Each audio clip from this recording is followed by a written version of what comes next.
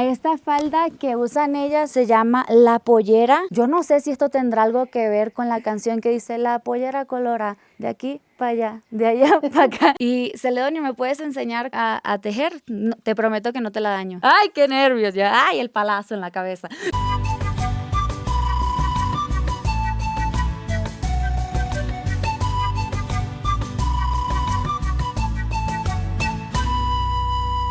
Hola, hola, ¿cómo están? Andamos en el Perú, específicamente en la comunidad Copa Maya. Para darte un poquito de contexto de dónde estamos, la comunidad Copa Maya queda aproximadamente unas 2-3 horas de Puno. Quiere decir que ahorita estamos al sur de Puno. Esta es una comunidad bastante chiquita. Por aquí viven aproximadamente unas 650 familias, que eso sería como unos 1500 habitantes. Eso quiere decir que aquí hay mucho más ovejas que gente. Y hoy vamos a hablar de la ropa tradicional, chama, de la ropa hecha con fibra de oveja, de alpaca y de llama. Yo sé lo que estás pensando, yo sé que tal vez esto te puede sonar a maltrato animal, pero yo te voy a explicar todo. Esto es algo que han hecho desde toda la vida para abrigarse y solo para trueque y comercio local. Así que hoy nos van a enseñar cómo es que se hace la ropa con fibra animal de manera muy pero muy artesanal. Así que empecemos. Vamos a entrar a la casa del señor Celedonio y la señora Asunta, que ellos se dedican a hacer este tipo de mantas, bordados,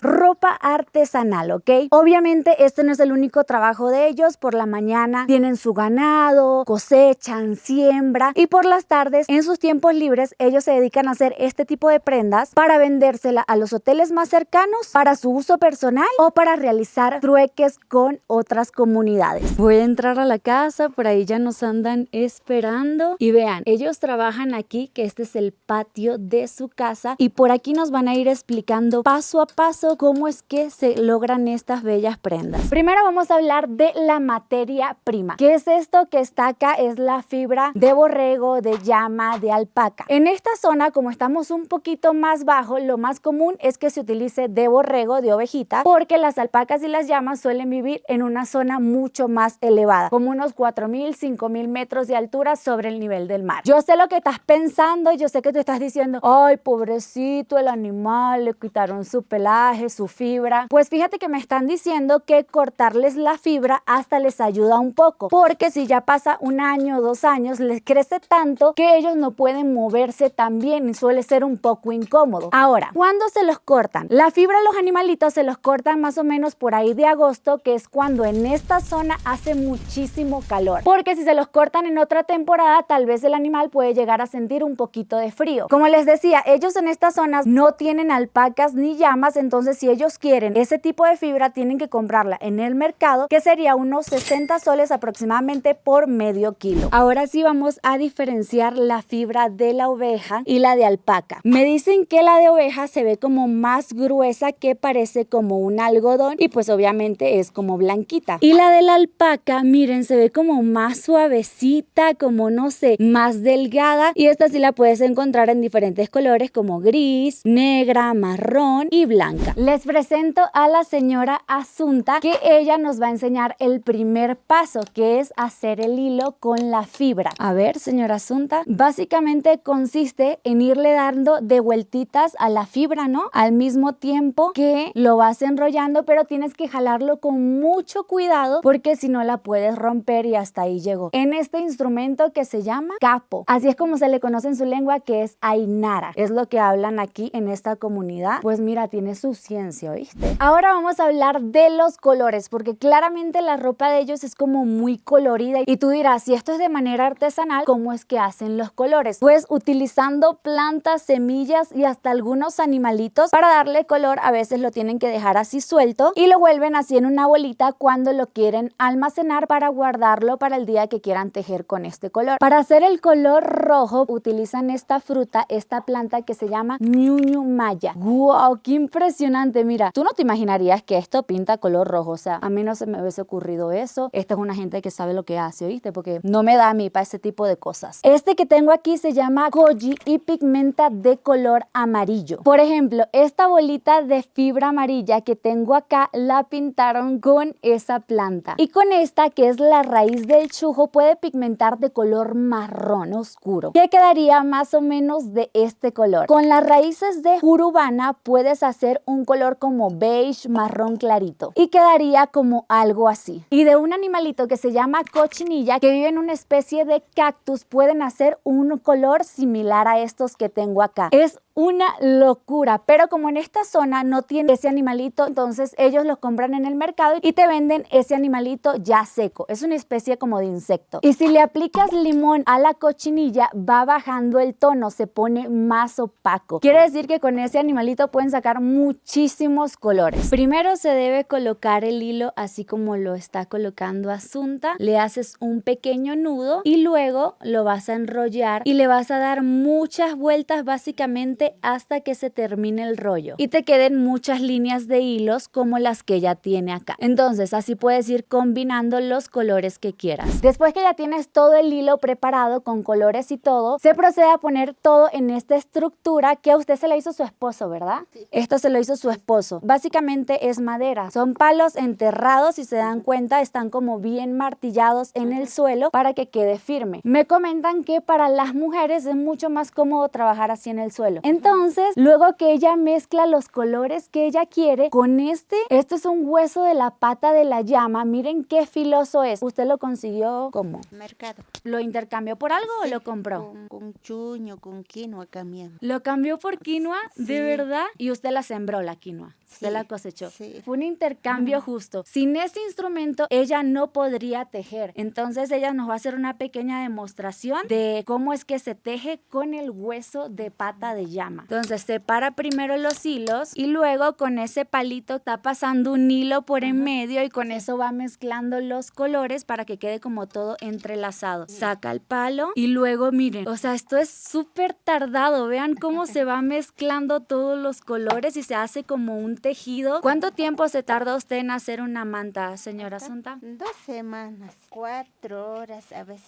5 horas, así nomás trabajo. ¿Y en cuánto la vende, más o menos? 150, 200 soles. Imagínate, 4 o 5 horas diarias durante 2 semanas para que te lo vendan en 150, 200 soles. Mira, cuando un artesano te quiera vender algo, te voy a pedir de favor que no le regatees porque tardó muchísimo en hacerlo. Entonces, es como el valor agregado que hay detrás de cada pieza y hay que darle el valor que tiene. O sea, de verdad que no lo hagas. Otra de las cosas que hacen acá es bordar, mira, con la misma fibra que les acabo de mostrar. Ella me está diciendo que se tarda aproximadamente 4 o 5 días hasta una semana para bordar ese cuadrito que tiene ahí y lo vende en 150 soles aproximadamente. La mayoría de las cosas que bordan son cosas que pues ellas ven acá en la naturaleza. Me dicen que este pajarito que está acá, que es el picaflor, es de lo más común verlo por esta zona. Entonces sí, básicamente plasman ahí lo que ellas ven. Ahora quiero que vean cómo el señor Celedonio, se los presento, hace su telar. Aquí él está tejiendo, pero me parece muy loco porque es como una máquina de coser. O sea, él le va dando con los pies y va arreglando acá. Cada vez que jala una de estas, como que suben y bajan los colores y así es como se van mezclando y se van tejiendo. Me parece una locura. Una manta de 5 metros se puede demorar 4 o 5 días. ¿Cuántas horas de trabajo diarias? 3, 4 horas. Tiene 550, 600 de 5 metros. Y Celedonio, ¿me puedes enseñar a tejer? No, te prometo que no te la daño. ¡Ay, qué nervios! Ya, ¡ay, el palazo en la cabeza! A ver, me tengo que sentar aquí. Ok, así. Tengo que poner un pie en cada palo. Piso a la izquierda con mucha fuerza. Ok, y jalamos este. Sí. Y luego se mete la tablita en medio de los 2 hilos, pero como que se va enganchando. ¡Ay, wow! ¿Vieron eso? Cómo se va haciendo el tejido, pero hay que darles durísimo, ¿no? Sí. Y vean cómo va quedando el tejido. Eso no lo hizo Celedonio, lo hice yo. No, mentira, no hice nada. Y luego con este palito, agarro este palito y lo meto por en medio. Soy muy lenta, o sea, yo me tardaría 1 año haciendo una de estas. Y una vez que se hace este último paso, se vuelve a repetir todo, pero con el otro pie. Ay, es un proceso bastante tardado. ¡Wow! Me encantó. Gracias, Celedonio, por enseñarme. Y por si no se dieron cuenta, vean el mecanismo que tiene la máquina. Y él la construyó, ¿ok? ¿Cuánto tiempo te tardaste en hacerla, Celedonio? 2 días. En 2 días construyó toda esta máquina. ¡Guau! ¡Qué impresionante! Mira, me encanta su sistema de cuerdas. Chama, me dejó loca. Mira, es como una máquina de coser. Otro tipo de tejido que tienen es el pitaña, que es el que se utiliza para hacer este tipo de gorros que los utilizan las niñas y las señoras, y se teje de esta manera. Se utilizan 5 agujas para hacer este sombrero. ¿Y saben cuánto tiempo se tardan? 6 meses en hacer un sombrero como este, y esto solo lo pueden usar las niñas solteras, señoritas, y este sí tiene un costo aproximadamente unos 1000 soles. Me lo voy a poner para que vean cómo queda. Este me queda un poquito grande, pero más o menos para que se hagan una idea. Y todo esto, las flores y todo, le van dando la forma con esas 5 agujas. Ay, por cierto, estas flores que están aquí es la flor nacional de Perú. De hecho, aquí la pueden ver, tienen aquí como su arbolito, y estas 3X significan la Pachamama, que es la deidad en la que ellos creen. Quedé bastante sorprendida, me parece demasiado tiempo para la elaboración de un sombrero. Miren, aquí me está mostrando unos cojines muy bonitos que hizo en aquella máquina de allá que les acabo de mostrar, súper complicada, y luego les bordó. Mira, les hacen un bordado y esto lo está mandando ahorita para el hotel. Literalmente los va a mandar en el mismo carro del hotel en el que yo vengo. Chama, me encantó, así se aprovecha un solo viaje aquí, hay que aprovechar todo. Me dice que las sencillas así las vende en 70 soles y las que tienen un bordado más bonito pues el doble, en 150, porque ya es más tardado. La señora Asunta me va a vestir a esta falda que usan ellas, se llama La Pollera. Yo no sé si esto tendrá algo que ver con la canción que dice La pollera colora de aquí para allá, de allá para acá.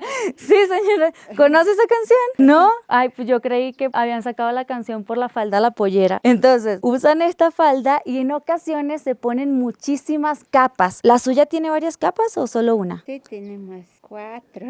O sea, ahora mismo ya está usando 4 capas iguales a esta. ¡Qué loco! ¿Y no le pesa? No.